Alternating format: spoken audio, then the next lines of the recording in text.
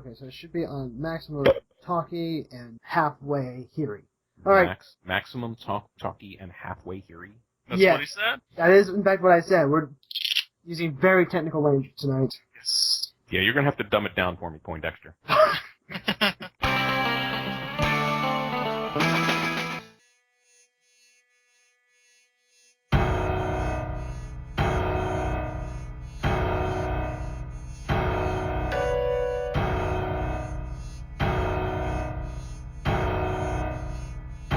Let's get it!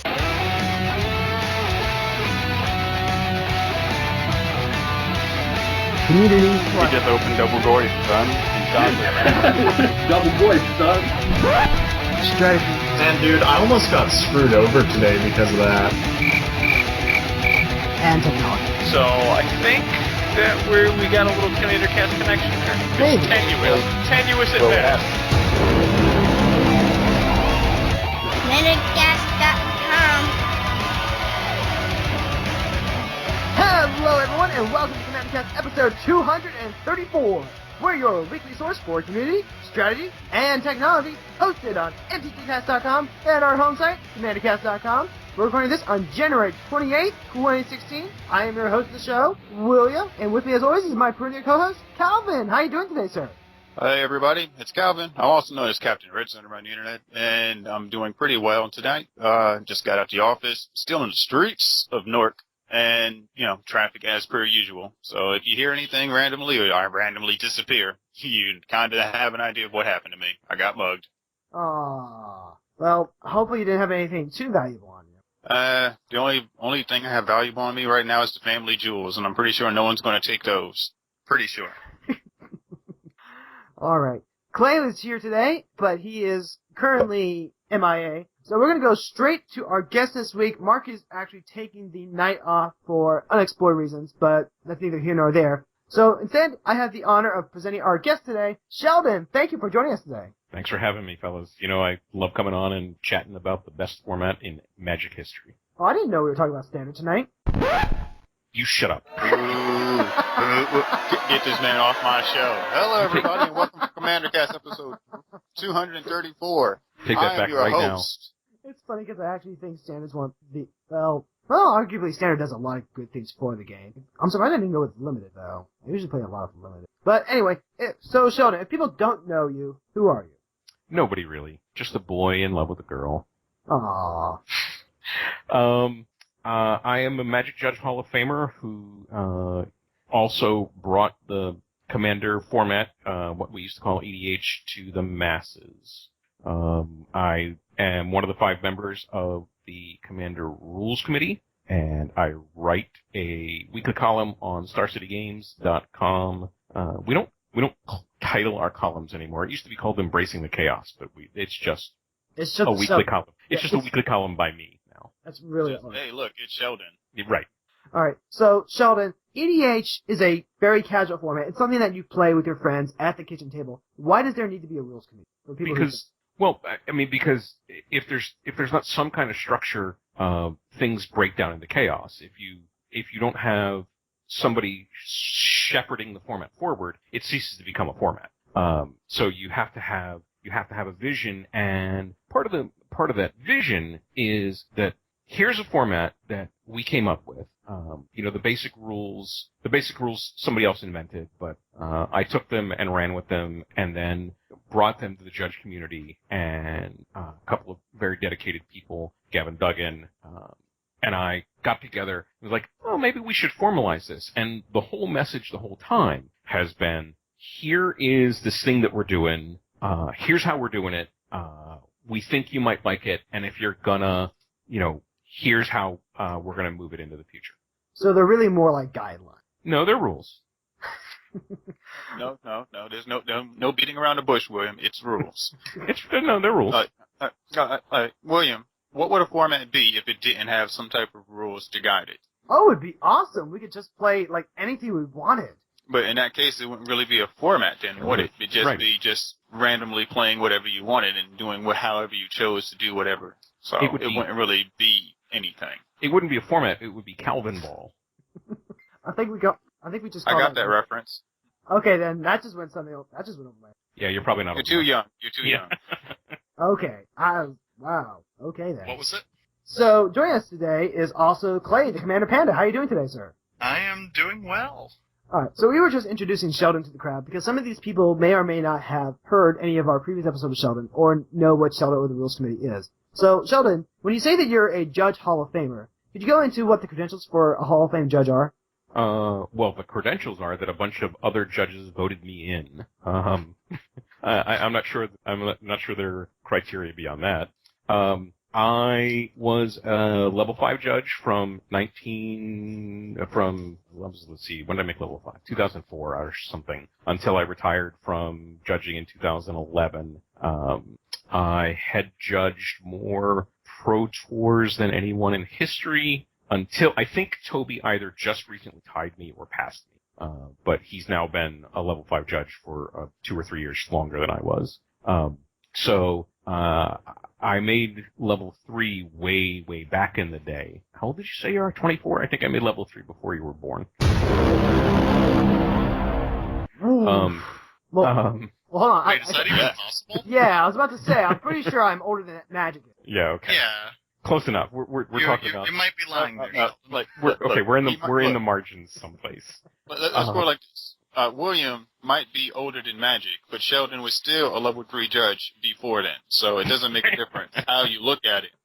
Like, he came into the game that wasn't even created at level 3. Right. Well, funny enough, back in the day, you did test into a level when you joined the program.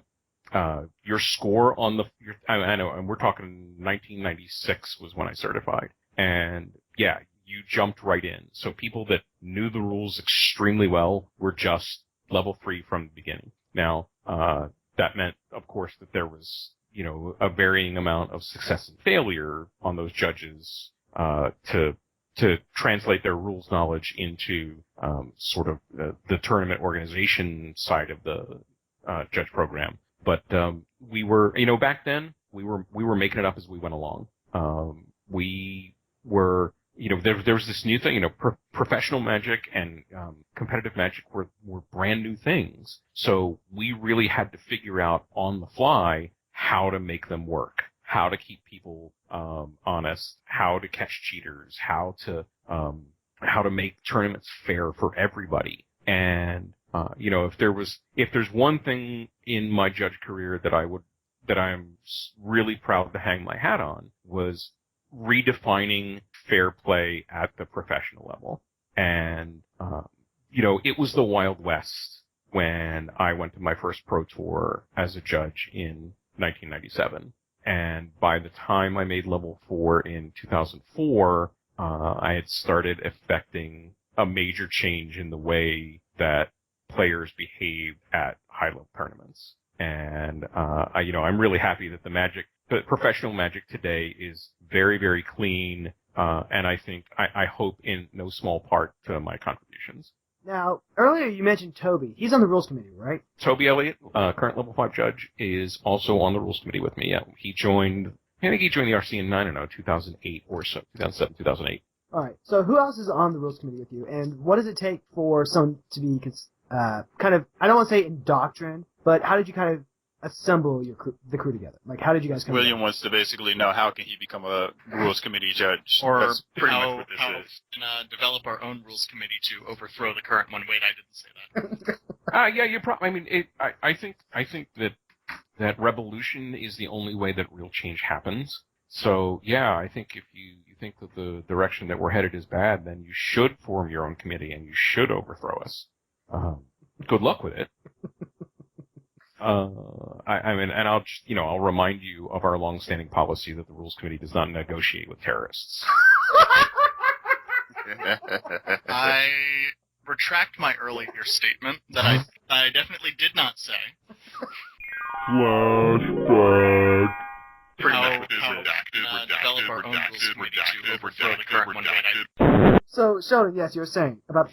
Okay, so, in 2004 sometime was the first time I brought the format to the Pro Tour, and it really caught fire with the judges relatively quickly. And by 2005, it had really spread like wildfire, and more than just judges were playing it. Sometime in early 2006, level 3 judge at the time, now Canadian regional coordinator, Gavin Duggan, actually he's not Canadian anymore. He lives in California, and I don't think he's the Canadian RC. Anyway, former net rep and regional coordinator Gavin Duggan just kind of said, hey, why don't we formalize this thing?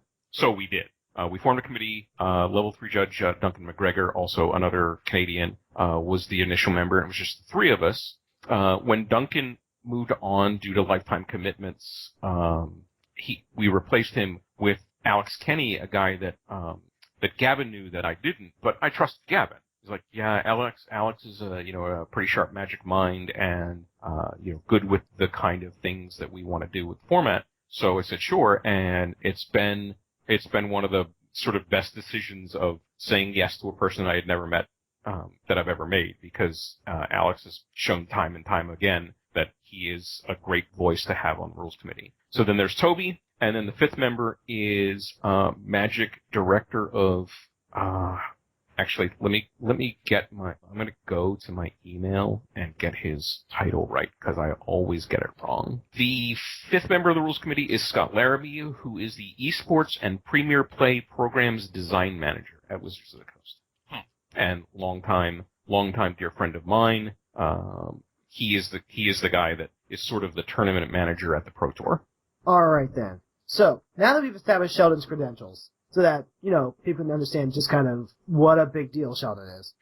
Now we can proceed into the more regular part of our show, where we introduce everyone's favorite commanders of the week. Sheldon, as the guest, you are first off. Who's your favorite commander this week?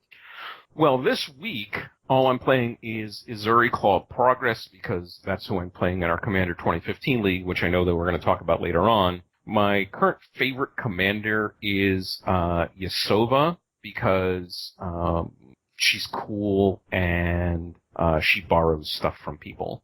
She does. I had a Yasova deck a while ago, but I just kept running into situations where the stuff that she wanted to borrow wasn't the stuff I necessarily wanted to borrow. Have you ever run into that problem? Nope. It's just always to grab whatever you can? Yeah, well, look at that. There's something. Hey, can I borrow that? And then, unfortunately, you become the bad neighbor because you never give their lawnmower back. You sacrifice their weed whacker to greater good, and. I mean, sometimes Jalira just needs a helping hand. All right. So, Calvin, do you have a favorite commander this week? Yes. My favorite commander for this week will be Gisela, the flying angel that people refer to as that bitch from every once in a while. I'm pretty sure that's reasoning for it. But reasoning I'm going with her is because I'm currently preparing my next Boros theme deck for next month. The theme deck currently is Boros Skies. So is it just going to be red-white cards that have skies in them?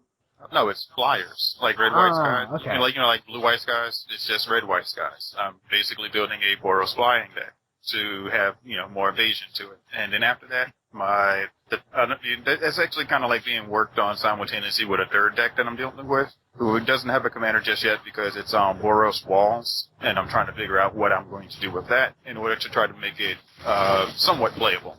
Ooh, you gotta have something like Flamewright in there, right? Flamewright, the red-white one from Conspiracy that taps to make a defender. I haven't gotten that far yet. It's still in the works. That deck currently has about 238 cards in it, and some of them are going to have to be completely altered and cut out. And then I have to go through to make sure I know what's going on with it first. But I'll keep you posted. If one of those cards is not Cavern of Souls, so that you can name Wall when you cast it, then you're doing it wrong. Or he's just dirt poor. Usually, Cavern of Souls will have to go into the wall deck, though. So. Yeah, of course. All right. So, Clay, who's your favorite commander this week? I'm not really sure. Let's see. What to do? I'm gonna go with Rexiel again, just because I haven't gotten too many games in over this past week. However, when I was playing last night, I happened to be playing Rexiel and actually did things in a game where I did not just die to Tainted Strike. So I think that makes it my favorite commander. I'm sorry, could you say that again? It sounded like you said you didn't die to Tainted Strike. Well, I was trying to my all-in Zada list in multiplayer, which it does not, which is fine because it's an all-in one-on-one deck.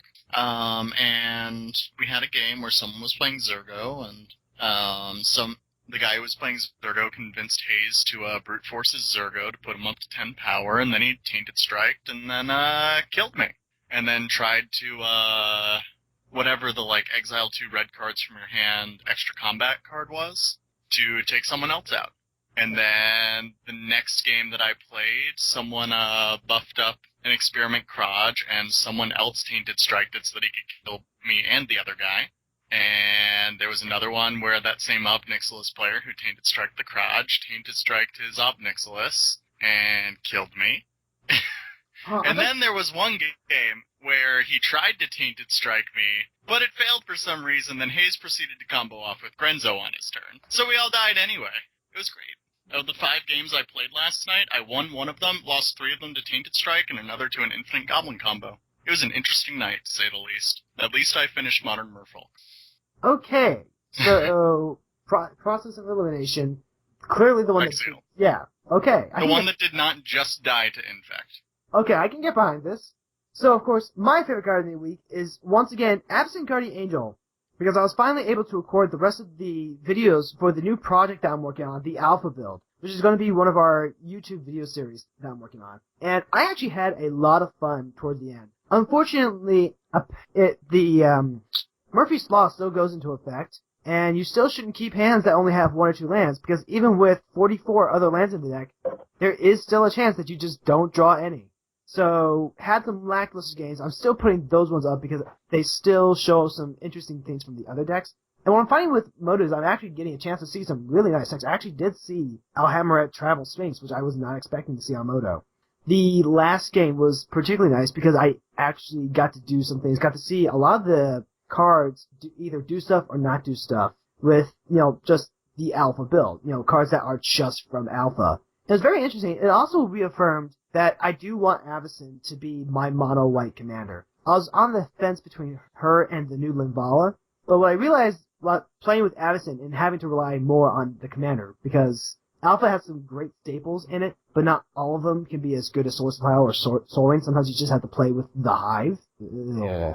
But Avacyn actually just is a 5/4 Vigilant Flyer, 4/5, that happens to have an ability that is relevant for keeping up blockers and making your opponents not want to attack you because they don't want to make trades.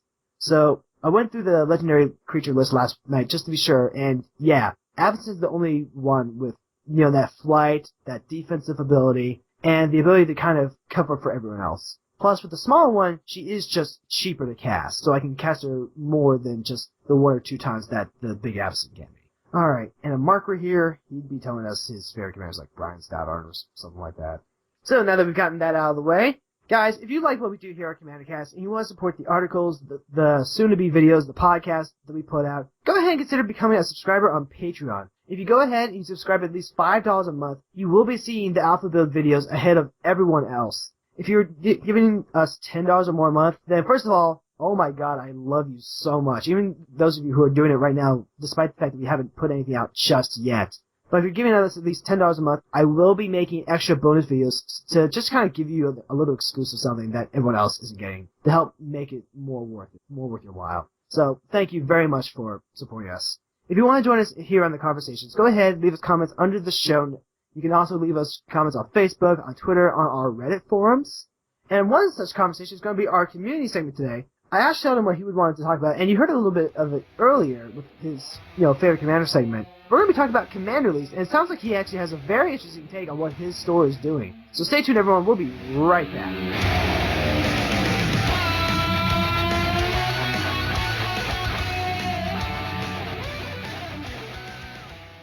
The league has certainly been an interesting experiment.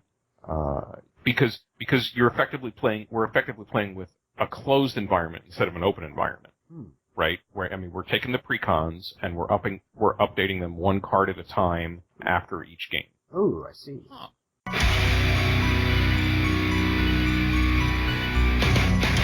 All right. In our community segment today, we are going to be talking about Commander League, specifically the league that Sheldon's got going on in his store. So, Sheldon, if I understand this correctly, you guys all have a single Commander Precon deck, and you're modifying them 1 card at a time. Correct.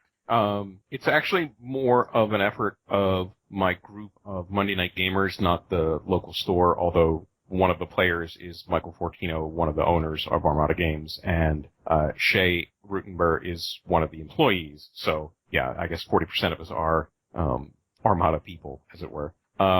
So, since there are conveniently 5 of us, we randomly assigned one of the Commander 2015 precons and play normal games, and then we get to update one card after every game we play. And there is a picking order based on what happened in the previous game. So first pick goes to the first person out. Second pick goes to the person that killed them. Third pick goes to the person who finished the game with the most experience points, who already hasn't had a pick. Fourth pick goes to last person standing, and fifth pick goes to the person that doesn't already have a point. So in case of competing for cards, then there's some strategy to pick order. And I'm actually writing about it for next week for Star City. We have played 17 games so far, and we've updated 18 cards. We gave ourselves an Oath of the Gatewatch free roll when the set came out a few weeks ago. Okay, so what you're making it sound like is you guys are actually taking turns picking which card you can add to your deck to the exclusion of everyone else. Correct. It's a true singleton league as much as we can make it. Because in the precons there are a couple of cards that are common to a few of the decks. I mean, there's a Sol Ring in each of the decks. Corpse Augur is in both black decks. Broodbirth Viper was in both blue decks. Yeah, things like that. Decks share myriad creatures and such. Right, but once someone else has picked a card, or if the card is already in someone else's deck, you can't pick it. So it doesn't matter with Izuri how much I would really like to have Eldrazi Monument. I can't, since that's in the Golgari deck. So why are you using this stipulation for the improvement and refinement of decks? Because we want the process to take place slowly, as opposed to I'm playing Azuri, and here the precon is sweet and all, but this is the deck I would make, and I'm going to use all the broken cards I possibly can. We're trying to stay with this league as close as possible to Richard Garfield's original vision of Magic, where changes came slowly and new cards came into more closed environment in response to other cards that came in. The fact that you have to think and play radically differently in a closed environment than you do in an open environment. If you're playing a normal commander deck, you have answers, right? You have all kinds of answers riddled through your deck. Well, in this closed league, the answers are a little more precious. There aren't that many board wipes. There aren't that many things that give you a lot of evasion or whatever. So you have to really think about your card choices and your plays in the game in a different light than you would otherwise. Because, right now, I know the contents, I theoretically know the contents of every other deck that I'm playing with. And I know that neither white player is playing Mirror Strike. So I don't have to consider that for my next attack phase. But I do happen to know that one of them has put Comeuppance in his deck. So now I have to think about that. So it brings a new way of thinking about playing to the environment. All right. Do you ever find yourself, when you first started this project with the guys, did you find that there were just some cards that you couldn't wait to get rid of in the deck? I don't know about couldn't wait to get rid of. And there are cards that go into precons that have the right idea, but are clearly meant for players to pick up the precons, play with them for a little while, and then think about replacing them. A precon is not going to be the kind of thing that comes out as, that comes from out of the box as tightly assembled as a normal deck. Because the idea is, the precon is sort of a beginner's tool, and you give that beginner the opportunity to see the process, and maybe the light will go on, oh, I understand how the format works, and oh, I understand how to make a deck better. There were cards that I was not sad to get rid of, but that's more because they didn't fit the theme of the deck as well as I'd hoped, not that they weren't necessarily good cards. So, how's the overall gameplay been? You were talking about how you have to make decisions a lot more carefully. You have to take certain known information into account when you're playing. But has it recreated that experience that you wanted? It's been, well, I mean, I didn't really have a model going on in with how it was going to be. The way it's unfolded is that the Boros deck is the early threat. A 3/3 double striking commander that is only going to get bigger, you have to pay attention to, because, it can hit you for 6, hit you for 8, hit you for 12, and you're dead.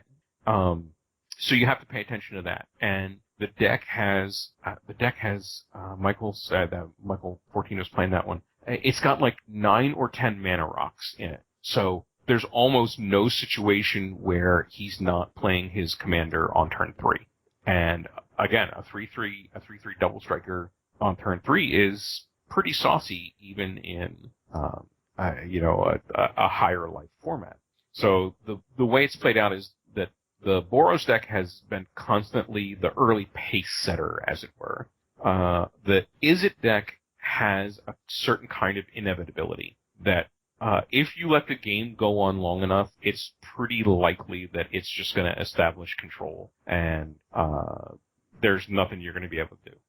The other 3 decks I found have been way more mid-rangey. We're the 3 of us are all sort of fighting for that middle ground space. The Boros deck can relatively easily kill somebody turn 5 or turn 6, and not even with that great of a draw. If the player wants to, if he doesn't want to spread the correctly. He doesn't want to spend send the Calamity attacks around and wants to focus on one person. It's not that difficult to kill somebody.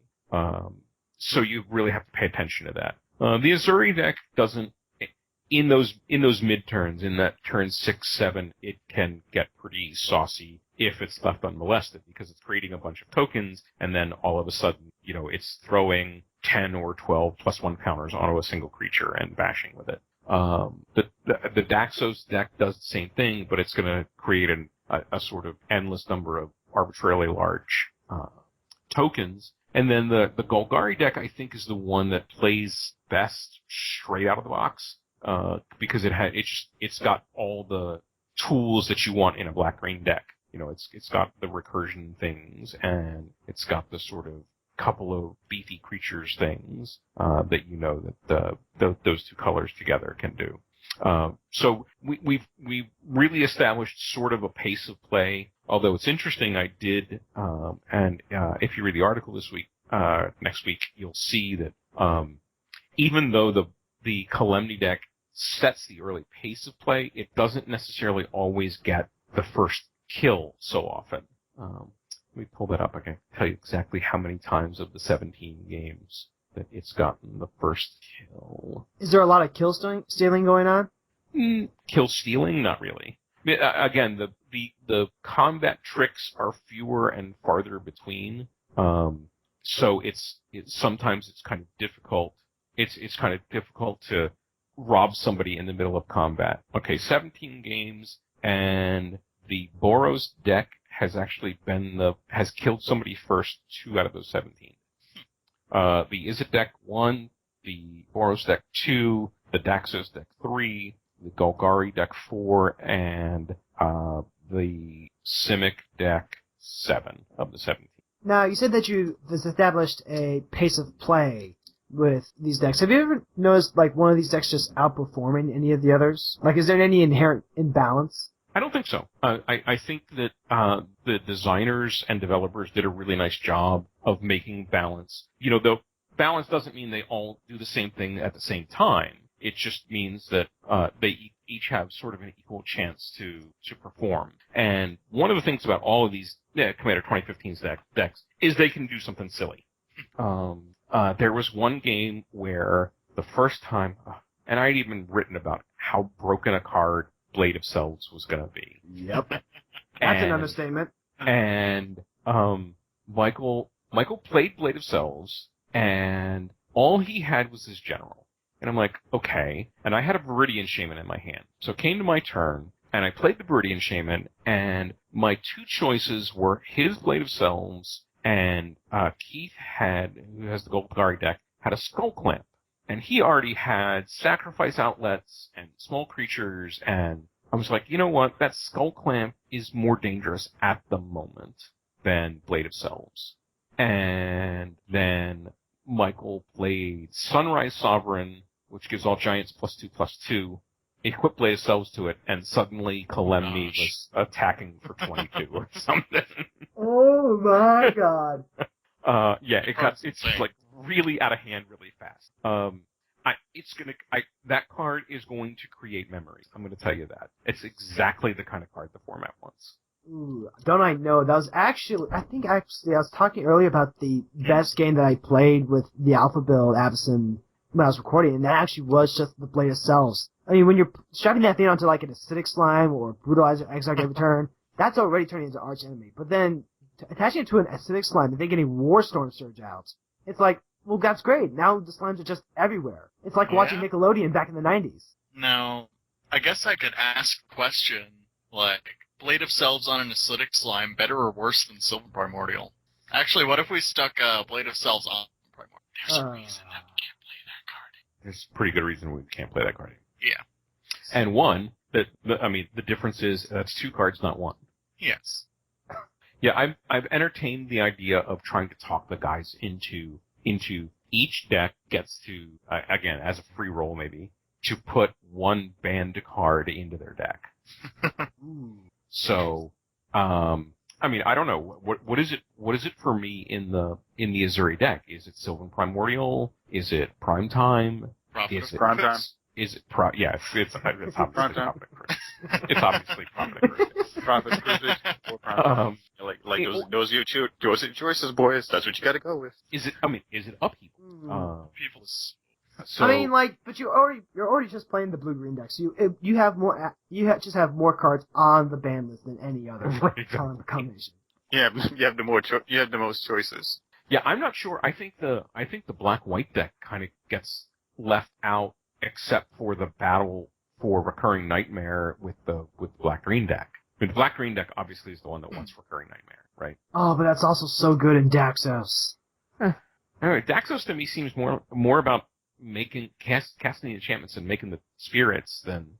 Well, you have to remember that you also have to replay Recurring Nightmare over and over. So that's also accruing experience counters on the Daxos. Oh, yeah. Yeah. So, depending on how you build Daxos, because you could build Daxos, and I've done this before, where you have like a enchantment reanimation thing. Sure. Because a lot of the classic reanimator spells are also enchantments. Sure, I mean, I'm surprised that Shay hasn't put Replenish into the deck yet. Yeah. So, going on, have there been any real negative experiences with this then? No, that's the one thing that it's been a little different than we thought it would be, for sure. Again, I suspected that the Boros deck would just be killing people first more often than it does. But it's been, I think like I was saying earlier, the designers did a really good job of creating this kind of balance where the different decks do different things along the sort of narrative arc of the game's story, and any one of them can do really crazy things at an appropriate time. From the early pressure that the Boros deck gives to the real inevitability that the Izzet deck has, especially Todd. Todd puts Sphinx Bone Wand in as a kill condition, and it's been hilarious. Hey, Sphinx's Bone Wand is incredibly legit. I play that card in my deck. Actually, really fantastic. So, the next one I want to ask is, so you guys are going with a stipulation of you can only add in one card each week. Do you think that you would be having the same kind of results if you allow a little more freedom or flexibility? Like, we're only allowed to spend like $10 on a deck each week, or we're increasing the cards added to like 5 or 10? Well, it's one card each game, and there are weeks we'll play 2 or 3 games in a week. But we had thrown around some ideas when we were designing this idea. We had brainstormed some like thresholds. So you accumulated league points, and only at certain league points were you allowed to add cards to your deck. So the first threshold was that you could only add common cards to your deck, and then you could only, then you sort of got an allowance to add uncommons, or you got an allowance to move into artifacts or colorless spells or whatever. And there, we kind of threw around a lot of kind of cool ideas, but the one thing you have to remember with complicated ideas is that you have to implement those ideas. And it started to sound like the more complicated the idea, the more it would rob us from just the kind of raw joy of playing the game. So you have to think about being simplistic as well as being different. So in the end, it was just update one card at a time, and we had always had the true singleton idea from the get-go. That was an invariable from the get-go. Other than that, yeah, we just kind of wanted to keep it simple and see how it played out. And it has been interesting in how some of the people's picks have been based on responses to the other decks and how the games have played out. Shay recently put Mark of Asylum into the Daxos deck, which prevents all non-combat damage to his creatures. And Michael's Boros deck does damage with spells. It has Chain Reaction or Blasphemous Act. I don't even remember which one it has. And there are ways that it does damage to creatures. So he put that in. Keith, in a very clever move in the Golgari deck, put Spellbane Centaur in after I had put Opposition in my deck. So they're not necessarily color hosers, but they're keeping you protected from colors. One of the first cards that I put in, fourth pick, maybe fifth pick, was Eldrazi Monument. Eldrazi Monument. Chroma's Memorial, because it gives me protection from 3 of the other 4 decks. Okay, do you think that... Actually, it gives me protection from all 4 decks. Yeah, it gives me protection from all the other decks. Okay, I was about to say. So, do you feel like... I have a question before another car drives past me. So, as you were discussing the concept that each week after you've accumulated a point or so, you get to put a new card into your deck, correct? Well, that was one of the things we argued. Yeah, that's one of the things we discussed. But right now, it's you get a card after each game. So the question I wanted to ask is that accumulative? Like, say, for instance, I play this game, I am given the option to add a card, but I don't want to add a card just yet. Then I happen to win the next game or get another point in the next game. Would I be allowed to add 2 because I didn't add one in the last game? Or I snooze, I lose? I didn't do anything. So everybody gets to add a card at each game. So yeah, I mean, if you want to wait to make your choice, you're welcome to wait and make your choice. But you have to make sure that nobody else has grabbed it in front of you.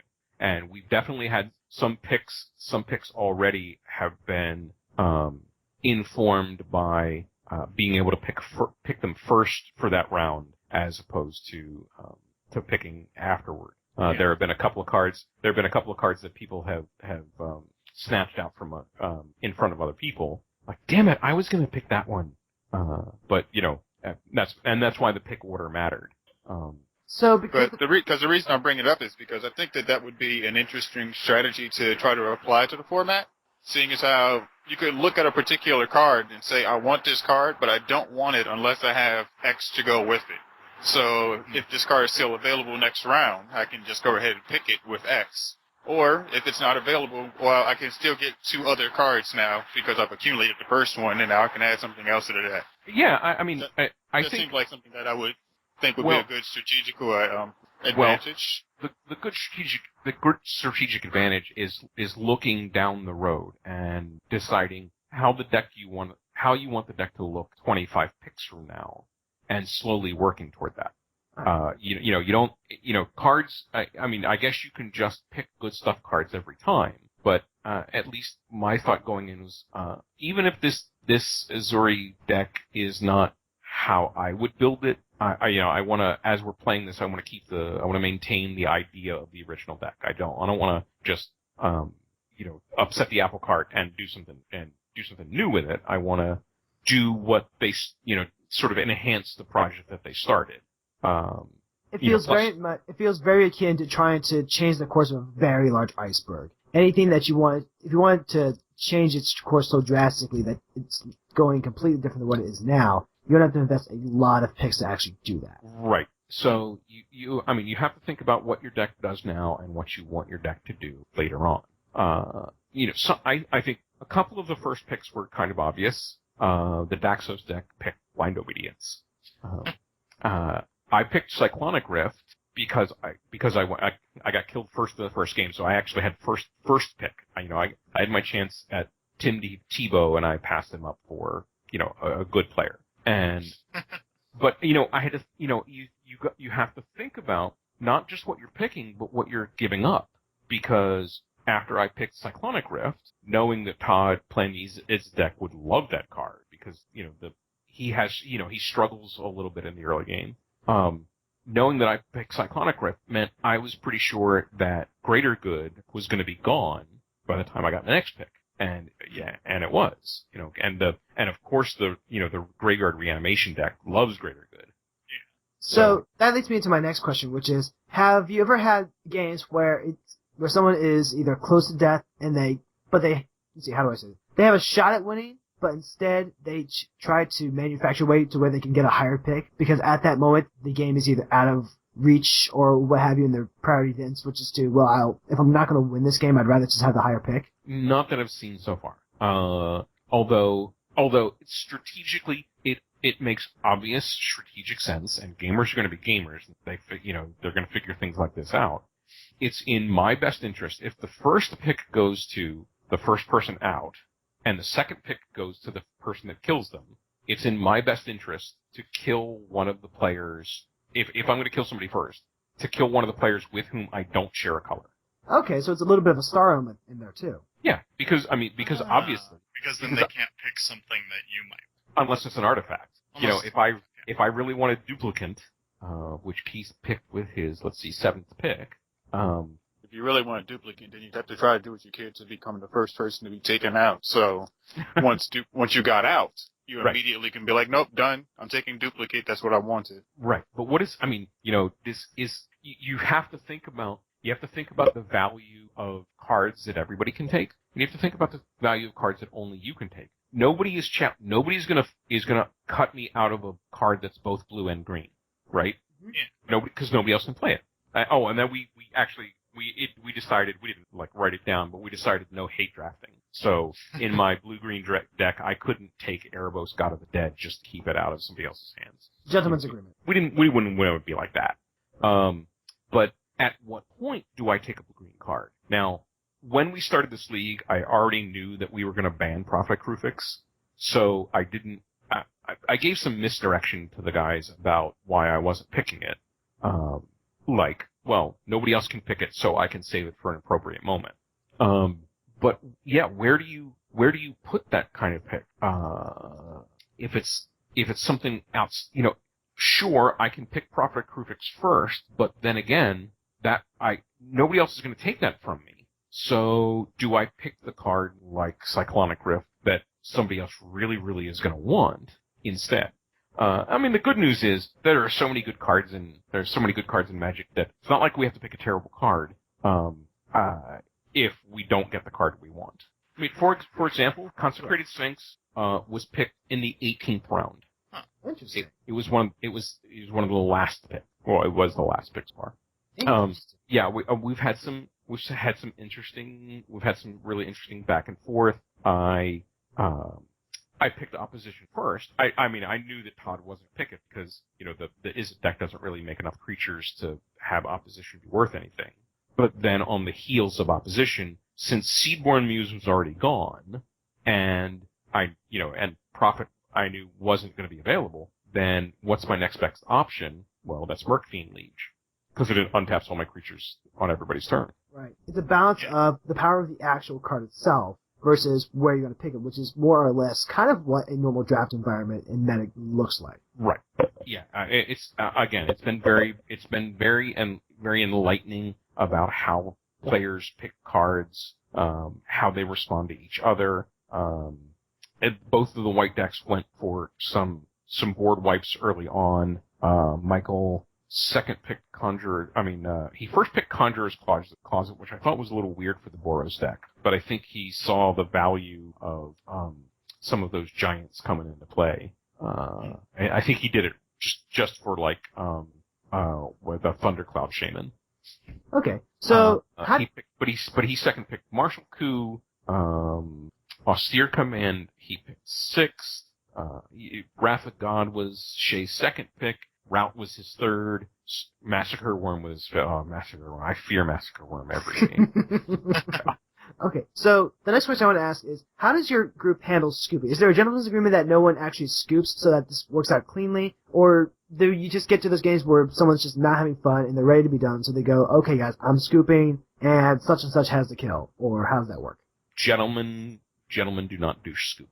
Well, not even so much do scoop so much as, I'm just kind of dead, so I'll scoop down and save us time. No, there's a difference between the remaining players in the game saying, okay, you got this. If somebody had, like last week, I basically had them dead to tapping everybody down with opposition and battling. And they both, the two remaining players like, you got anything? No. You got anything? No. Okay, let's move to the next game. That's not a douche scoop. But, I'm not having fun in this game. I'm picking my shit up while there are still other players in the game. That doesn't happen. Okay. If you did that once in a game that we were playing, you would never be invited back. Mm. Besides, William, in this particular format, it's even if you're not going to win, there's other ways of potentially gaining points. So you'd have no real reason to just go ahead and just say, well, I'm not going to win this game. I'm obviously dead. My hand's not doing anything. Like, okay, fine. Then just stick around until someone either kills you first or try to find one of the other conditions where you have, like, the most experienced counters. Just try to stack them up, and then boom, next thing you know, you're getting a third pick instead of just leaving. Fifth, right. If you were playing in a game with me and you do scoop to just prevent somebody from getting an advantage, like, it's like, somebody with lifelink attacked you and you said, well, I'm scooping to deny you the life gain. First of all, we'd let the life gain happen. Second, you'd never be invited back to play with us again. And third, I'd make a lot of fun of you on the next podcast that I went on. Ooh. So, given that you're on a podcast, is there anyone you presently like to make fun of? Well, I don't know, William. It sounds like that you're kind of fond of do scooping. It's something I've actually been working on. I went through a bad play group where there was a lot of griefing, there was a lot of complaining. It was just getting to the point where I just didn't want to be involved in the game. I'd rather be somewhere else. And that carried over to when I went to the new game shop. It is something that I've gotten a lot better with the past couple of months. So there's that. Plus, it also just makes for better videos when I record them. See, William is not afraid to do scoop. I, on the other hand, have never scooped. I don't scoop to anyone. I've been stuck in infinite locks for hours, just trying to see if my deck could potentially come up with a way to get me out. Never did, but I still played until, someone kicked me out the store or was trying to go home or whatever. That seems a little hopelessly idealistic. Hey, look, it's hopelessly or not. I've always kind of enjoyed those type of scenarios because, I enjoy having my back against the wall in EDH games because you never know. There always will become that point where you may have that one card in your deck that actually can get you out of the situation, and the other person's just kind of dicking around, and next thing you know, you're winning. I'm not saying it happens every game, but it does occur occasionally, and so I do what I can to stay in them. There's a difference between a difficult situation and an impossible situation. If someone has you on the Suvin Doppelganger Brine Elemental lock, there's kind of no sense in playing. But yeah, I also like trying to extricate myself from tricky situations, and will look for the interesting way out. But yeah, and there's a certain point it's like, I got nothing. Let's shuffle up and play another one instead. Yeah, that's more or less the ones that I'm scooping. Right, but the way it sounds like to me, you're not getting the consent of the other players in the game to scoop. You're just picking up your own stuff and walking away, which that seems a little less than gentlemanly. No one's perfect, and like I said, it's been something I've loved. I was actually going to say childish, but you're not wrong. I have the presence of mind to agree. if I'm in a situation where I know there's absolutely nothing I can possibly do to stay in the game and actually have a chance at doing anything relevant, and there's like a group of 3 people about to shuffle up across the room, I'll probably just go join those 3 across the room. I might be okay with that, I think. And, certainly, I mean, obviously, if you get an emergency phone call or something, that's a different story. That's not really, I mean, if you're being spiteful or, infantile, then like, fellas, my wife is giving birth. I don't care. Sit down and finish this game. Well, there's this great kid, named Aaron that we occasionally play with at the shop, and, the first time I ever played with him, it was like a Thursday afternoon. It was early on a Thursday afternoon. And, we're just kind of in the middle of a dirtly game, and his phone rings, and he has a brief conversation, and puts his phone away, and he's like, sorry, fellas, I gotta go. And I said, the only way that this is acceptable is if that's a booty call. And he said, well, then I guess it's gonna be acceptable. Okay, well, at the very least, Sheldon, if I ever get a chance to meet you IRL and we do play, I promise you I will not be scooping till the very end. Him is guaranteeing he will do scoop you the moment he gets a chance to. First time Sheldon swings at him, William's kind of like, ha ha ha, scoop. Alright, so getting back to the league itself, to kind of wrap things up, do you feel like this was something that you could only be able to do with this year's or even last year's products? Because I seem to remember the original Commander product and even the 2013 ones being kind of less than spectacular. Well, I don't know. I think they've all been fine. Yeah. The mono-colored ones might have been, a little harder to actually do this system with? Yeah, maybe a little monotonous. The 3-color ones certainly would have been fun. I've actually thought about suggesting when we get to when we've played 30 games or so with these and we're starting to get tired of them, that maybe we try it out. That actually was the other question, was how long you guys tend to do this. And you see this going for only about 30-ish games? Yeah, well, I mean, it's gonna go. I'll tell you the thing that we've kind of artificially put a limit on is, this semester in school, that it's again, these players who are also, big Commander players are my Monday night gaming group, and because of the demands of school and being in a graduate program, I don't have the time to run my Monday night RPG, and, once the semester's over at the end of April, and we've moved into our new house that we're building with the 800 square foot game room from hell, then we'll go back to RPGing on Monday nights, and we'll probably go back to playing sort of normal Commander on Thursdays. And at that point, I think the league will have played enough games to get what we wanted out of the league and move back to sort of normal EDHing, as it were. Do you see yourself returning to this league possibly next year with the next year's precons? I think it's, yes, is a firm answer to that. If not before, if we don't pick up the original 3-color decks, or if we don't pick up the 2-color decks, the other 2-color decks and do something with them, I certainly see us at least giving it a whirl when the next precons come out. Alright. So, Calvin, Clay, did either of you have anything you wanted to add into this? Currently, no, nope. I've gotten pretty much everything I would like to get out of this. This sounds extremely interesting as a format and alteration to EDH. If I had a play group of 5, I would definitely give it a try.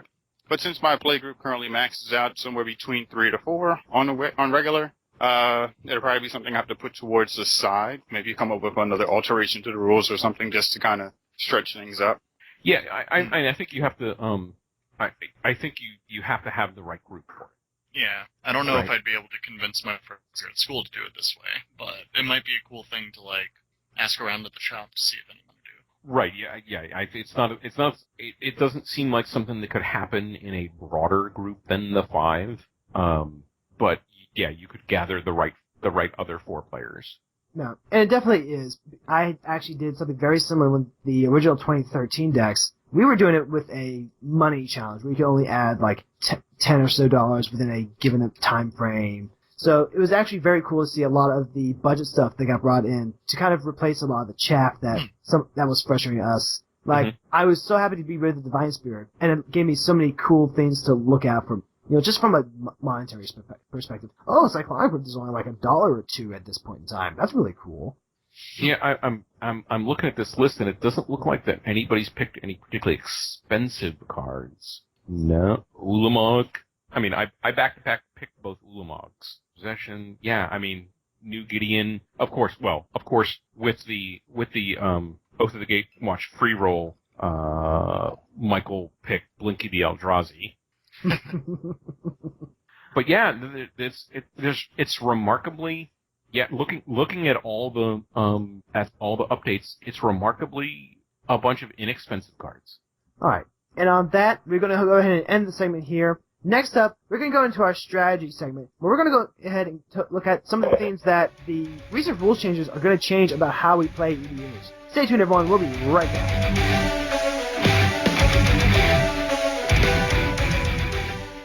All right. And now it's time for a CommanderCast public service announcement. Hello, listeners. Are you walking the streets?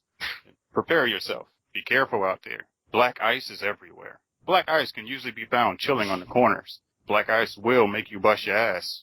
Black ice will take you down. So, if you're not careful and not being around, keep an eye out. If you see black ice, cross the street or go the other way. I thought you were going to do something silly like, are you wandering the streets? Don't worry, I am too. No, see, the thing here is that I just basically consider black ice to be probably one of the most racist things I've ever heard in my life. Wait, You know, what? I understand. They're like, oh, you better watch yourself. There's a bunch of black ice out there. Like, hey. Like, what? I see it now. So, yeah, that's about as family-friendly as this show gets.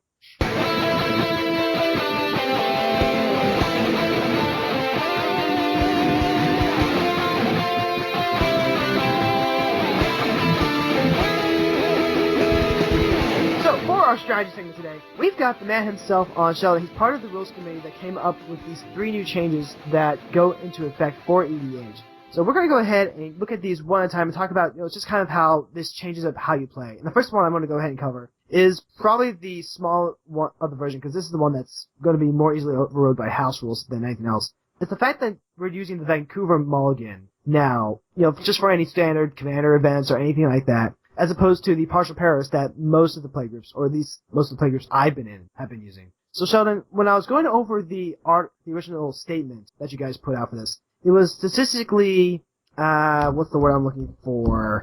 Irrelevant. Yes. Inconsequential. Yep. Yeah. There just wasn't a big enough difference to say, yeah, partial Paris is doing so much more better. Let's just go ahead and go with the law of the land. Could you talk about that a little bit? Yeah.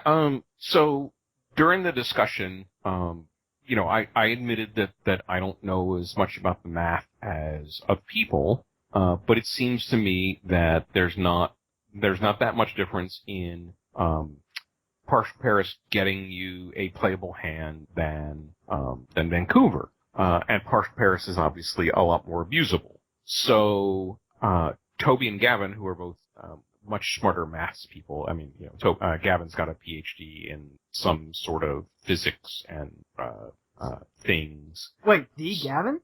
Gavin Duggan, yeah. Wow. Yeah. Did not realize you had a PhD in physics or something. Yeah. Now, I'm not talking about Gavin Verhey, who's he used to work for Wizards. I'm talking about Gavin Duggan, who's the original Rules Committee member. Anyway, Gavin and Toby both independently wrote scripts that simulated hand draws and ran a couple of 100,000 of simulations. And yeah, the difference in getting a playable hand by turn 5 was negligible between the two. Like making sure that you hit all 3 colors or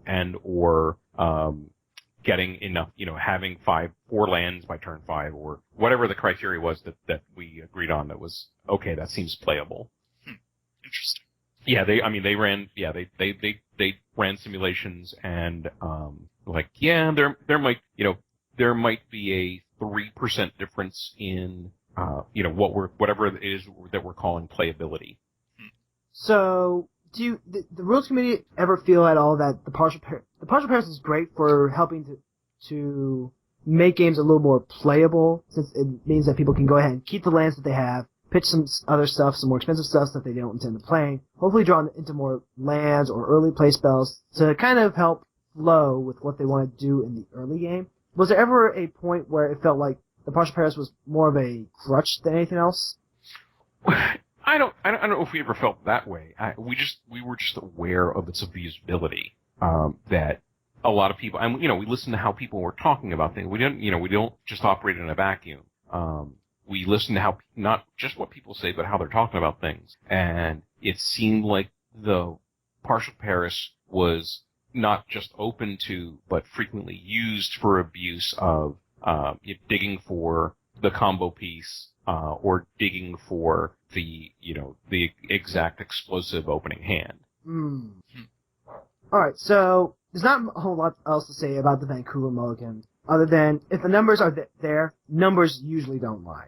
So usually. I would argue that numbers themselves are incapable of lying. Numbers, they can be deceiving, though. Yes, they can. Statistics, okay. Statistics be damned? No, I'm a little older than most folks, and I grew up in perhaps a less enlightened time. But I remember being a Little League baseball player, and my coach telling me that I quoted him some statistic, and he said, statistics are like a cheap woman. Once you get them down, you can do anything you want with them. That was your Little League coach? That was my Little League coach. Like I said, we lived in I grew up in a less enlightened time. Okay, I'm gonna get some angry emails about that, I'm sure. But carrying on. We're gonna get some positive emails about that, I'm sure. I've been completely derailed. What was I just talking about? Statistics, something, come on, find the train. Clay, cover for me. Okay, so we'll just go ahead and move on to the next part then, because I don't know where the hell that train went. Congratulations, Sheldon, you just blew it to Mars. So, going on to the rule number 4, as it was called, the idea that any color that you were making outside of your color identity would just instantly become colorless. This is actually something that I had come up with when, just kind of looking at rules and thinking, okay, what's kind of exchange, what could Commander get by without when the Tuck rule changed? And I have to wonder, was this brought about mostly because of the new colorless mechanic that came about with Gatewatch? Or were there other driving factors here? It's a thing that we've been talking about on and off for 3 or 4 years, as a matter of fact. Perhaps as long as I'm trying to search back in my memory when it was that I was still an active judge. So obviously prior to the end of 2011, I think maybe even late 2010 or early 2011, I was out at WotC and we had a meeting where we talked about color identity. Because I'm pretty sure what has become color identity was actually Nat Tabak's idea. And it probably came up. The creation of colored mana probably came up then. Although I don't specifically remember it, it seems like the kind of thing that might have gotten thrown into the conversation. So at least for 3 or 4 years, the idea of the limitations on colored mana generation have gotten floated around in one term or in one form or another. We've never really talked seriously about changing them, although it's been up and down in our internal conversations. The colorless thing in Oath of, sort of colorlessness matters in Oath of Gatewatch gave us the opportunity to go back into thinking about the rule itself and what it does. And, we would have been okay with colorless mana being easier to create in Commander than in other formats. That wasn't really a driving factor. The colorlessness of Oath of Gatewatch just sort of reignited the conversation. But as we talk about it in our announcement, it's like, is it really that relevant? When does it come up? And, it just so happened that Toby happened to be visiting me in December. And, knowing we were having a meeting coming up, we spent a fair amount of our time talking about, rules committee stuff. And I was really sort of resistant to the idea of getting rid of the rule because I'm like, one of my things is that copy clone is an overrepresented strategy. And I'd hate to see an overrepresented strategy get even stronger. And his response was, you might want to really think about that. How many activated abilities of cards that get stolen or cloned or copied are have a colored activation cost and aren't blue already? And I went through my entire suite of decks, and the answer was 0. Really? Yeah. I'm like, ain't that a thing?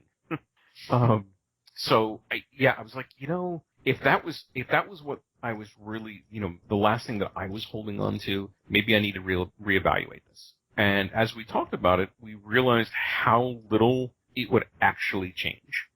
We love the idea of the flavor.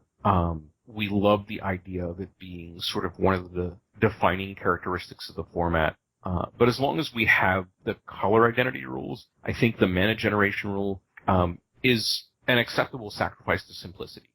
It doesn't. The number of times that it actually matters are so. Toby said in our discussion, it's like mana burn. It doesn't really matter.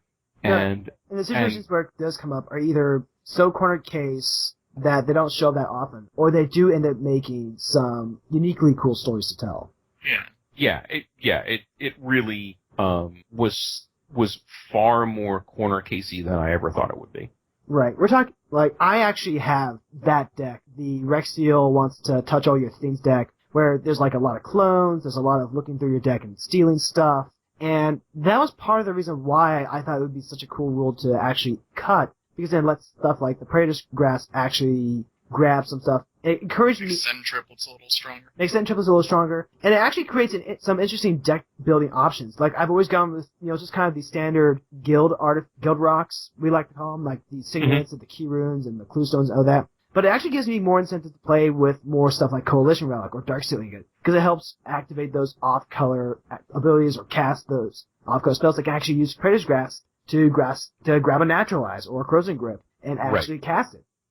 Yeah, I'm not so sure that those decks aren't already playing Coalition Relic and Darksteel Ingot. Depends on how much money you have to get those kind of cards. And also just the availability of said cards to begin with. I have a million Darksteel Ingots, but I only have one Relic, so. Yeah. Okay. But you do have to take those deck building options into consideration now. I think that's actually a really cool step. One of my friends actually put it this way. Everything that you have to worry about with the game is taken care of before you sit down. Once you sit down, it's just a gadget. Right. Yeah, and that was part of the argument. So, Calvin, did you have anything you wanted to say or ask Sheldon about this? Calvin's probably in a situation where you can't unmute at the time. Clay, did you have anything you wanted to add? Died again. Yep. Aside from which one are we talking about? Talking about Rule 4, the one about the mana. Damn it, Calvin. Okay, so the individual would have brought up the idea of... He's interrupting you now.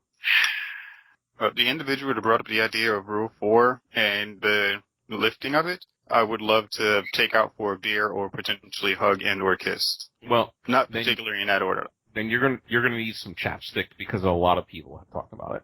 I mean, on the Rules Committee, the ones who made, because I understand it's probably a unanimous decision, but I owe all of them a beer. Okay. And a hug and kiss, but not in that order. Okay. All right. Next time there's a GP in New Jersey. I'm a fan. I'm a fan of the Belgian Abbey beers. So. Okay, so Clay, yes. I guess kind of like Mana Burn. Aside from, Mana Burn did have functionality, but aside from flavor, there really wasn't that much of a reason for the rule to exist in the first place. So, seeing that it's gone, it doesn't change anything about the way most, 99% of decks play. Right. It's just this, aside from clearing up confusion over whether I can use if I'm in green-red and I have an Endbringer and I tap my Darksteel Ingot for black, can I use that to pay for colorless mana? This honestly doesn't change anything. It just makes it easier for other cards to work. No. So, and there are some people out there who thought that Urborg actually just let you make black in a mono green deck, and they just never had a reason to do it. Yeah. I was actually talking to my boss, and he was like, "Oh, I thought that's how it always was." It's intuitive. Yes. Ever since, I want to say the Tuck rule, a lot of things about have just become a lot more streamlined and become more intuitive. And Yeah, it actually makes me really happy having had to try and teach newer players about Commander. Yeah. It's just like for 99% of decks, this doesn't change anything, but the decks that do want to produce off-color mana, more power to them. Yeah, I mean, okay, if we make Sunburst triplets, yeah, Sunburst gets better. Constellation gets, that's Sunburst. Converge gets better. Triplets gets better. Praetor's Grasp gets a little better. But your Praetor's grasping, your Praetor's grasping somebody's Sol Ring anyway, so. Well, no, that's what Thada Adele's for. Right. Speaking of other cards that should be less, Thada Adele? Really? I mean, some people you just know don't. the one. I mean, some people just don't like it when you grab all their rings. Man, I need to build a Thada Adele deck now that just steals Sol Rings and alter her to be Sonic the Hedgehog. I need to do that now. You wouldn't be the first. Alright, so, Rule 4, it's gone. Everyone's all the happier for it. This is probably the bigger one. In fact, there were, people on our Facebook page commenting about how the card was so powerful it broke the forum. Prophet of Krufix getting the Banhammer. So, this was something that a lot of people said were actually really happy with, because they're just either so tired of seeing the card, or so tired of dealing with the decks that had the card.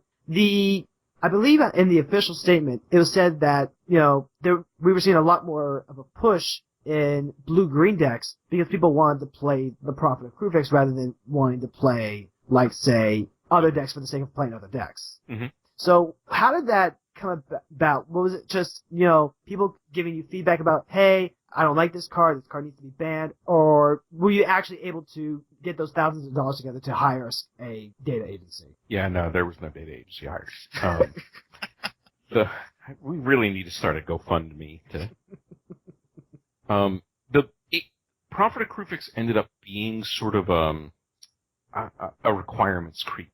The initial excitement about how cool the card was started slowly turning to how frustrating and annoying the card was. And I'm not sure exactly where the tipping point was, but there was a point where all that excitement turned to rage. I want to say it was at the point where it was facing across from you and you weren't the one playing it. But at least initially it was, oh, that's kind of cool. Oh, he's gonna play another creature. Isn't that great? Oh, and then he's gonna play another guy, and then I'm gonna wrath him away anyway, right? Yeah. There was, but then, yeah. But then, whoops, they had the counterspell. Yeah, right. Well, whoops, they had the Mystic Snake and, the Draining Welk? Yeah.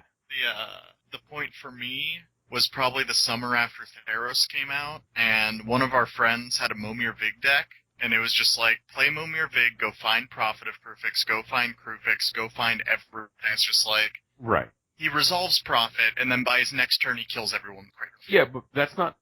I don't think... But that is... I don't think you can lay that at the feet of Prophet of Krufix. No, but the reason that it snowballed so quickly is because he was able to flash in all his creatures and untap his stuff every turn. Like, the turning point for Prophet of Krufix for me was seeing just how much more insane that deck became because that one card was in it. Yeah, I'm going to disagree with you. The insanity of that is the constant tutoring. Well, yes, but the speed comes from the fact that Prophet gives you flash and untaps your stuff. Like, I would be much less, I guess, aggressive in my feeling if it was he had to find Seedborn Muse and find Yeva, which would still take him 2 turns. And you still as opposed to playing a single 5-mana creature. Right, and you can't cast Draining Welk with Yeva. Right. But, like, I think I'm with you on this one, Sheldon, where the Prophet is not a busted card in and of itself, but it's a really powerful enabler. Yeah, it's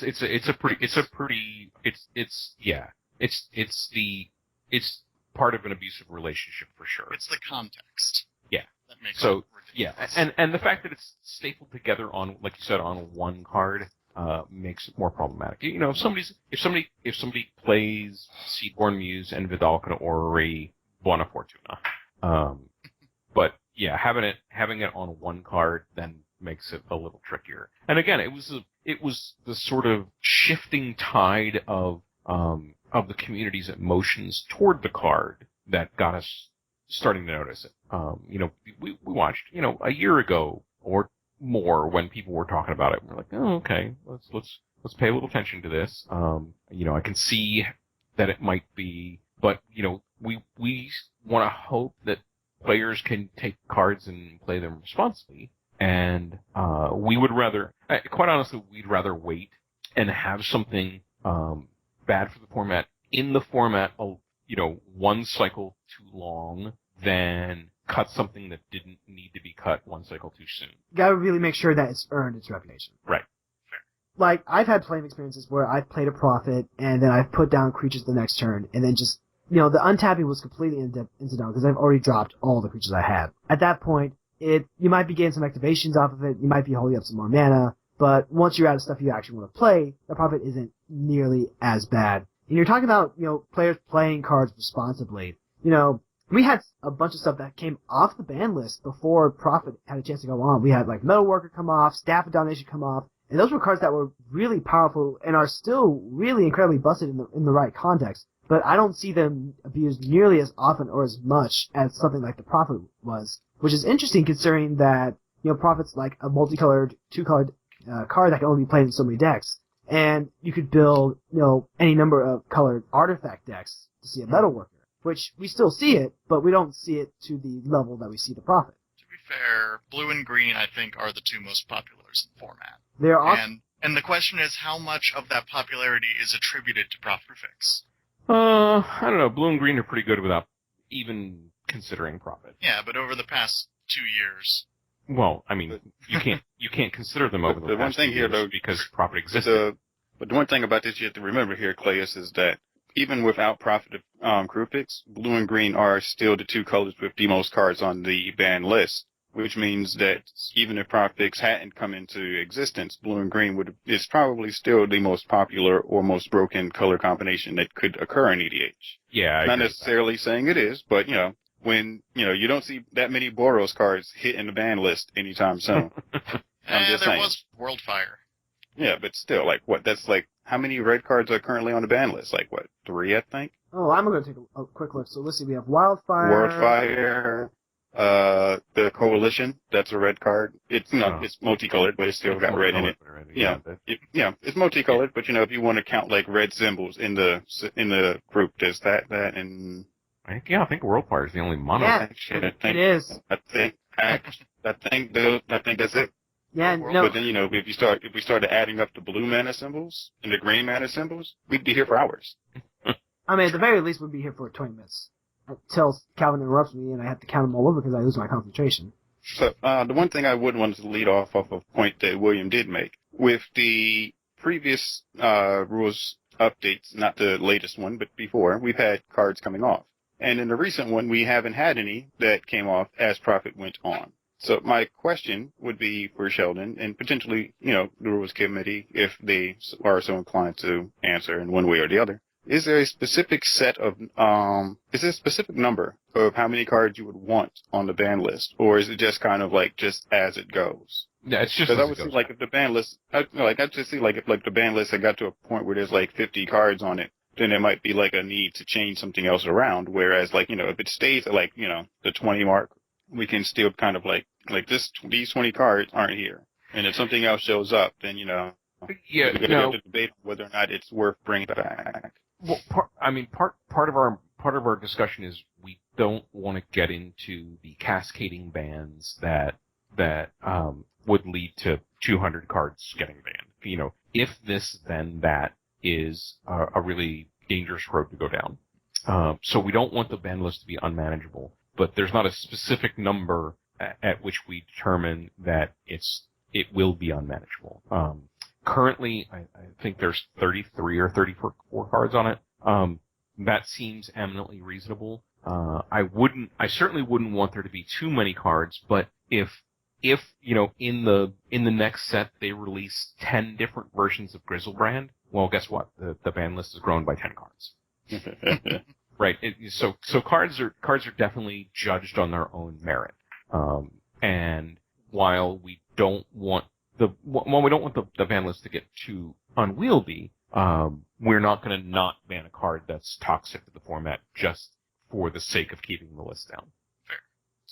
All right. So, yeah. Calvin, now that we've hit all these points, is there anything else that we need to discuss as far as the recent bannings? As far as the recent bannings, no. I did want to ask Sheldon what the response to the change in the tuck rule was since last year.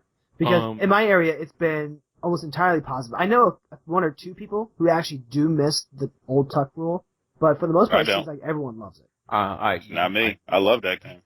I really, I quite honestly haven't seen anything locally other than a positive response recently. Occasionally on the forums, someone will throw a barb about, just like they did with Tuck. But other than that, yeah, I think that people realize that in the trim it's been a net positive for the format. So, maybe next time we make a controversial decision, they'll trust that we have some idea that we're doing the right thing.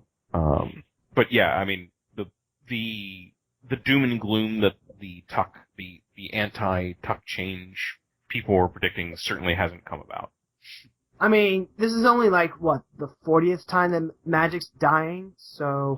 That would be the 48th. 40th. Well, no, because the way they changed slivers was the 39th. Mark, the thing is, there's a few thousands that are still occurring below the surface that you refuse to acknowledge. Oh? Yes, there are a few thousand other, attempts to kill things. Because apparently Mark Worldswater is trying to kill it every other weekend, at least. So, I'm pretty sure there's been several undocumented attempted murders of Magic. But that's neither here nor there. No, it's not. So, that does it for our strategy segment. No technology segment today. Instead, we are going to go straight to our outs.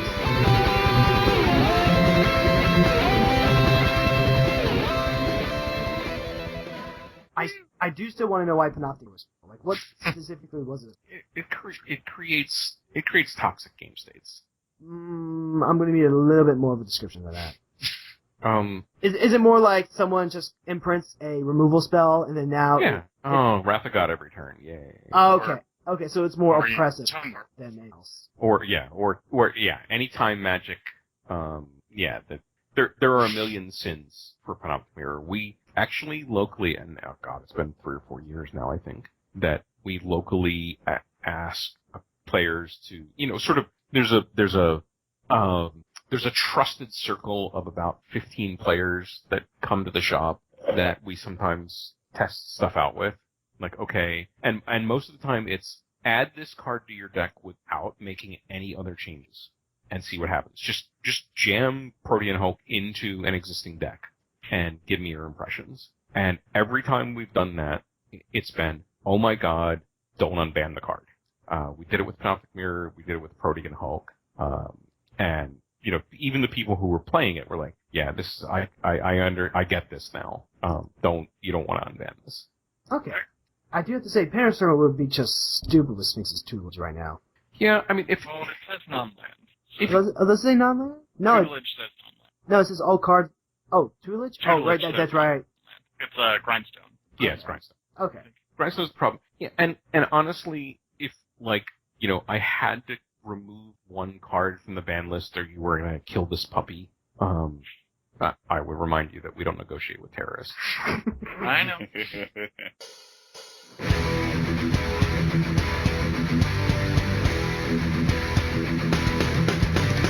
This has been CommanderCast episode 234. I want to go ahead and thank everyone for showing up today. Sheldon, thanks for coming on today. It was my distinct pleasure. It's always great to talk with you. It's always great to be here. Calvin, thanks for coming on today. No problem. It's been good to get a chance to hear your yearly plea to jump onto the Rules Committee, and it's been fun to get a chance to talk with Sheldon once again. Great. Thanks for being here, buddy. Yeah, no problem. It's always cool to be able to talk to the person who basically invented the format. So without him, there would basically be no CommanderCast right now. There would be. This would be Modern Cast. We'd be busy talking about that. So what you're telling me is I should be expecting a royalty check at some point. We have a whole $0.00. We have to work on getting that. That's actually no, wait. Patreon, right? I was just about to say, wait a second. No, we do actually get cash of some sort now because of the Patreon. Damn it, William. we'll see maybe we can send them a t-shirts. So, if you guys want to message here at CommanderCast, be sure to check us out on the Facebook page. You can also tweet us at CommanderCast or email us at CommanderCast@gmail.com. You can leave us a review on iTunes or leave us any of the 5-star reviews on air. We currently don't have any as of yet. Come on, guys, where are those 5-star reviews? But, you know what? If you like what we do, but you don't want to just leave us a review, consider supporting us on Patreon. Some of you are donating already, even though that we are in tip mode, and I am so happy about that. But now, I'm actually producing content that you guys are going to get ahead of time, and it feels good to just kind of be giving something back to you for the support that you're giving back to me for something that I've been putting out there for you. So, it's the circle of life. Let's just keep giving to each other. It's going to turn into a really amazing thing. Big thanks to everyone. And if you don't, feel as though you want to hit the $5 tier, you can always just go ahead and give us a tip. And just a tip. And if a little extra does happen to slip in every now and again, we won't complain. Shut up, Navi. I am trying to tell these people to give us the tip, and you are just interrupting me.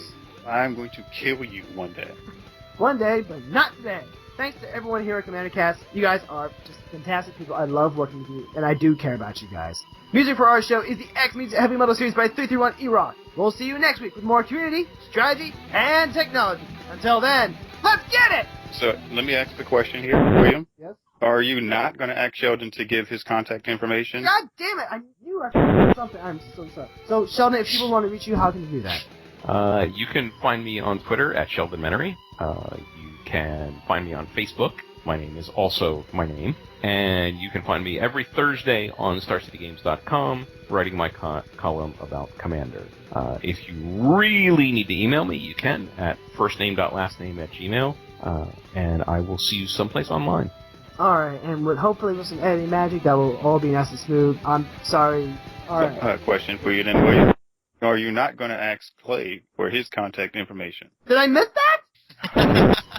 You missed both of us. Son of a... Okay, so Clay, your contact information? If people want to contact me, they can find me on the Twitter and Reddit and Gmail as EDHPanda.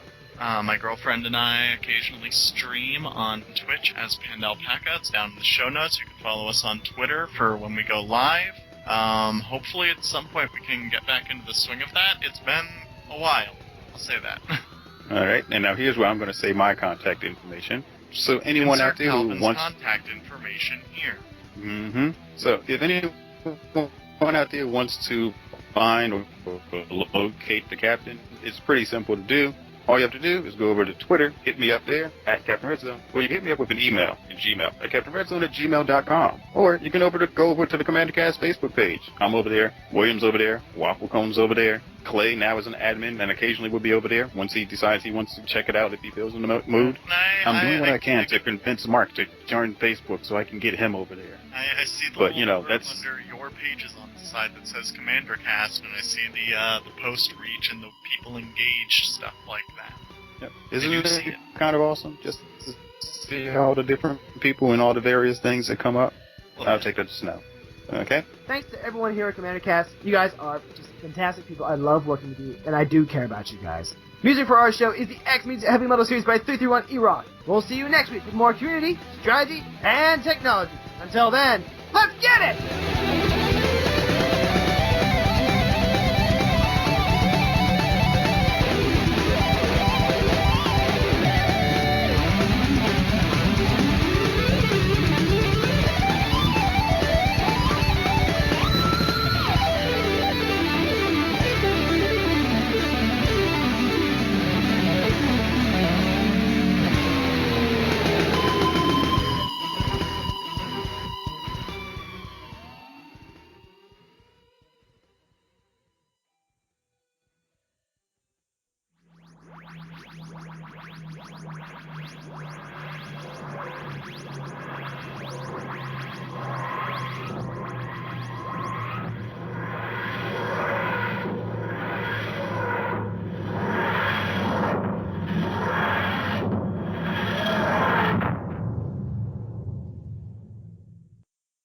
Pretty sure Vancouver now does have world domination of the Mulligan rules. It didn't before?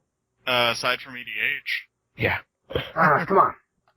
Why is my Google far enough? Because Google hates you. Because you touched yourself and God is angry. But Deadpool told me to. That's how you check for cancer. So, how have things been down in, let's see, Florida, right? Florida. Yeah. So how's the Commander scene been looking down there? Well, I haven't played much. I didn't play much since end of August, beginning of September because of school. Played a little bit over Christmas break, and we were still getting really nice turnouts for Thursday night at Armada. And now the only thing I'm doing once the semester started back up again is playing on Monday night, playing the League on Monday nights. Let's see. I remember you talking about going back to college the first time we had you on. How close are you to your degree now? Which degree?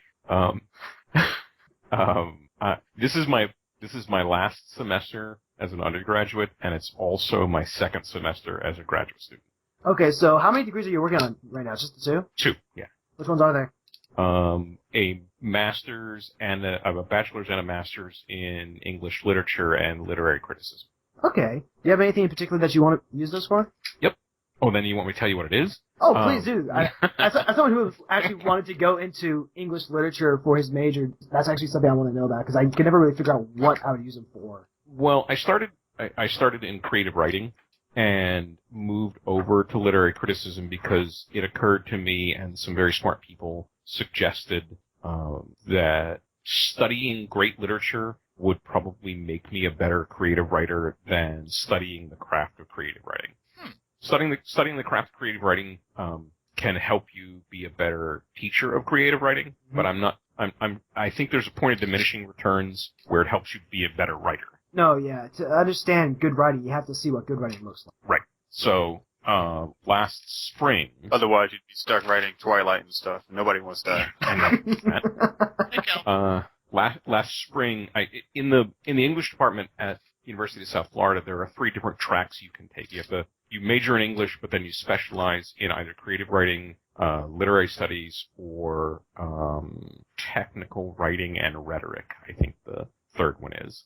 And last spring, at some good advice from both my wife and 2 of my friends who are professors there, I switched to the literary criticism track. Then immediately got an invitation to join the accelerated bachelor's degree into master's degree program, where my senior year of undergrad, I take all graduate courses in my area of concentration. So I basically am a senior and a first-year graduate student at the same time.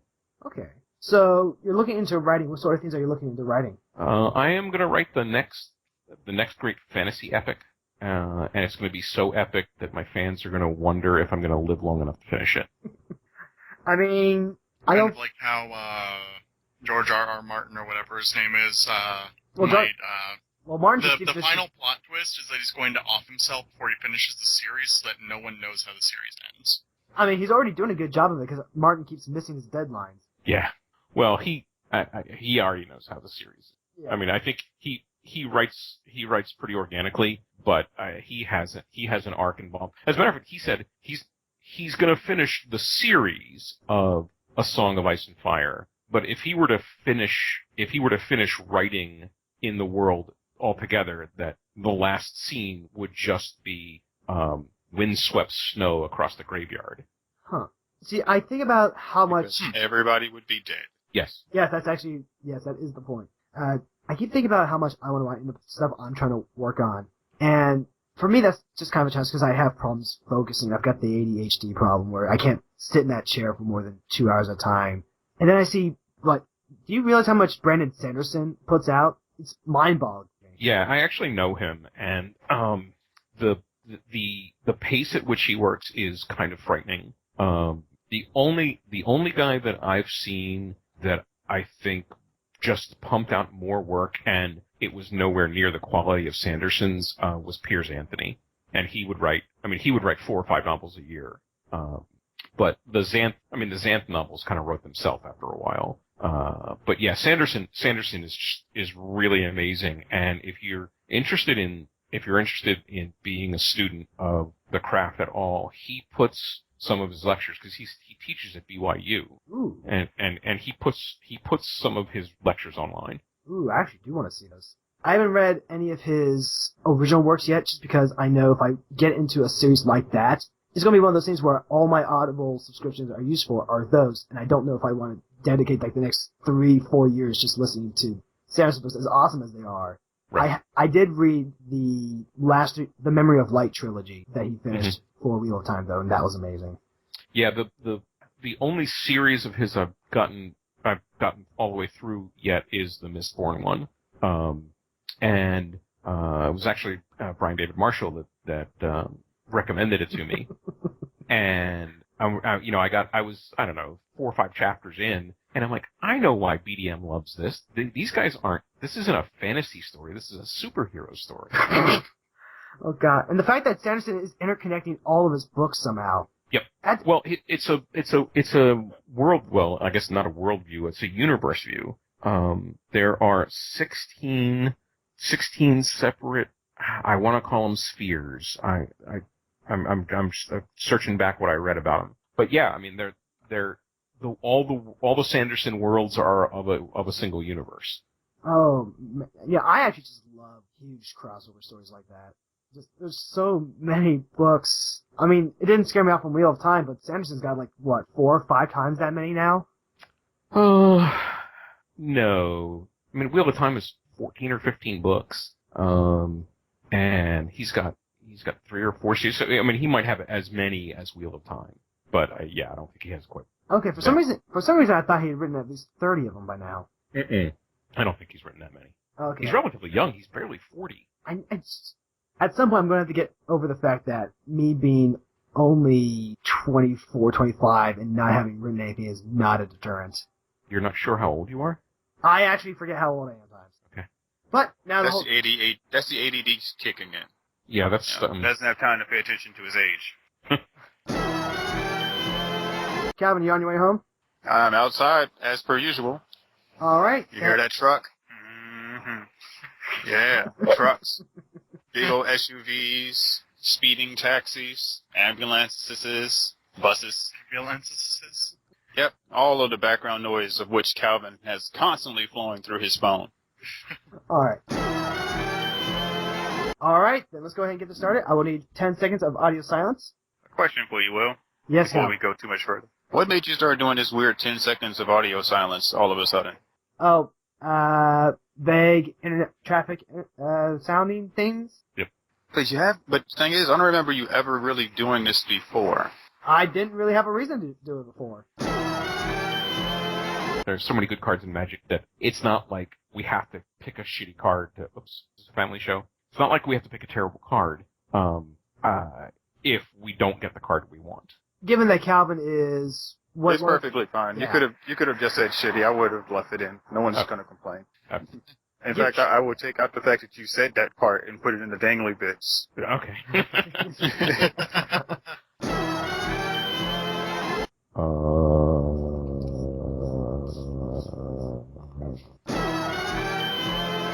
Okay, so we'll be going to the strategy segment now, and that actually was a very nicely done segment. I have a friend who was suggesting something similar with, a bit more a leeway for adding 5 or so cards, and I just wish I had the money to kind of get into that because it sounded like a great thing to do with the Daxos deck.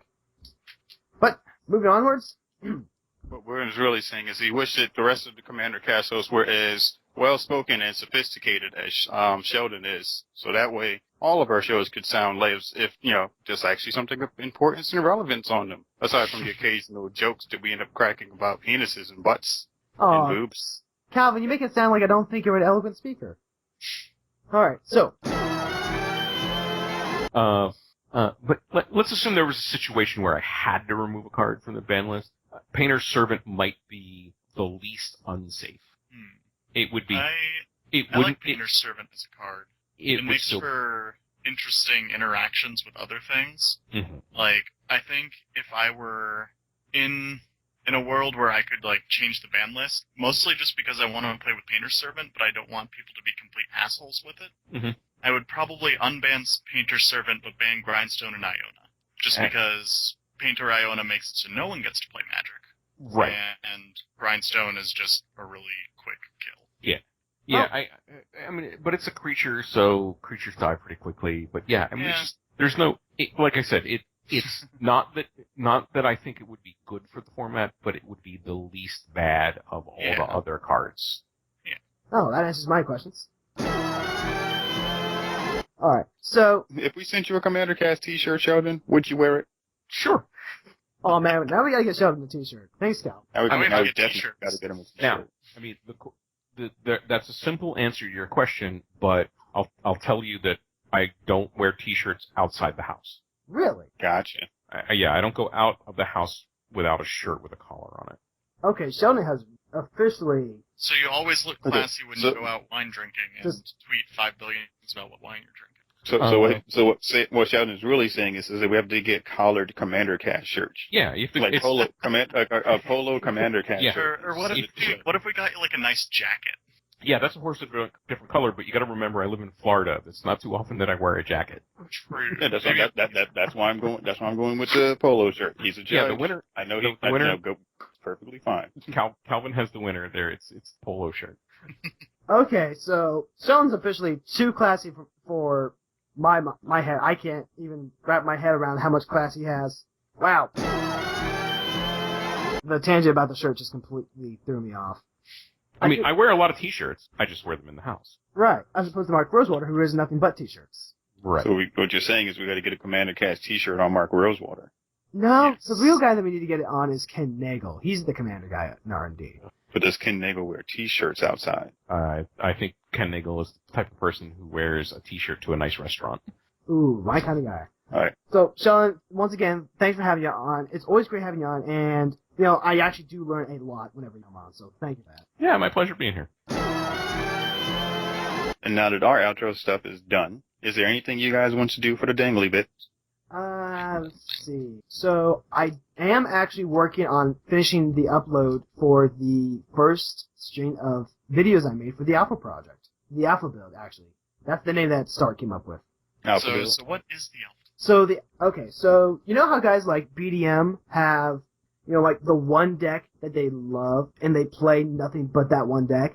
We all have like 7 something plus decks. Like I've got 27 decks. Calvin's got like 23 to 25, I'm sure. You've got like almost 12, I want to say. I have a fair number. Yeah, like we all have some not 2-digit number of command decks, but there's always that one guy who only has one deck, and that's the only deck he plays because it does everything that he wants, or maybe he doesn't really want the money commitment. He just has that one deck, and he spends his whole time refining and tuning that one deck because he plays it so often he knows exactly what that one deck needs. I always thought that was really cool to get that in depth with a single commander deck. But of course, I can't really do that because I have 27 different decks. I'm going to show all these decks some love, and I don't get to play Commander as often as I used to. So, a couple years ago, I started thinking, well, what would I have to do to really, refine and tune something? What if I could just, go back to Alpha? What if I went back to Alpha and I made Commander a thing there, and I just started playing Commander? Kind of like Mark's Commander 96 thing that he's been trying out. Only, what if... Commander 95? Yeah, Commander 95. Only, what if I took the Commander I'm playing now, went back to Alpha, made a deck for them there with just Alpha cards, and then added in cards one set at a time? Not only would you get to see the evolution of a deck, you get to see the history of Magic through those colors, and you get to find a lot of really cool tech that kind of just get lost to the ages. Like, when I was looking at cards for Alpha... Like, when I was looking through cards that were in Alpha for the Avacyn deck, I realized that Helm of Chatzuk actually just makes Avacyn really stupid good. So Helm of Chatzuk is this artifact that says pay 1 and tap, target creature gains banding. And so when you have banding, and you block as a band, you're the one who decides how your opponent's creatures deal damage. So you just have all the damage dealt to one creature that Avacyn gives protection from that source. And it's basically a free kill on anything as long as Avacyn's out there to protect it. It's each creature with banding and up to one creature without, right? Yes. So if you have another big thing, just be like, well... Yep, it could even just be Avacyn herself. Like, she does have 5 power. And you can give the banding to anything with Helm of Chatzuk. So it could be something big, it could be something with Death Touch, doesn't matter. Fair. So what William's basically saying is he's currently working on learning the intricate rules of how banding works and then trying to do the best that he can to get to level 3 so that he can have a chance to get on the rules committee because he's probably one of like 20 people that know how banding works. My only problem is that My only problem after coming up with the initial draft list is that there were some cards from Alpha that just never got printed in like Masters Edition stuff for online, so I don't get to play Helm of Chatsuk in the online version. But there is Banalish Hero, and Banalish Hero has banding. There's also a veteran card. I can't remember what exactly it's called, but any time that unblocked creatures deal damage to you, all the damage is dealt to him instead. So normally, Avacyn is like a pay 7 to prevent all the damage from a single color to you. But if he's out, then you just have to pay the 2 because all the damage will be dealt to him, and then you can prevent that damage. So there's a lot of really cool tech there. It's weird, but it's really cool. You can play Pariah. You could. And like that's a lot of the cool stuff that I'm going to discover as I go through these decks. Like I already posted the project introduction video onto the CommanderCast channel. I'm going to make a post for it. I want to say tomorrow, since I don't think the SquireCast guys are going to be on, because I talked to Matt, and he said that it's partly because he has a new job that's like an hour and a half commute. Mm-hmm. So he is going to get back to making episodes and stuff like that soon. He just needed to get a handle on this new job thing. Just needs to find a better time during the week to be able to do his recording. Yeah, that's more or less it.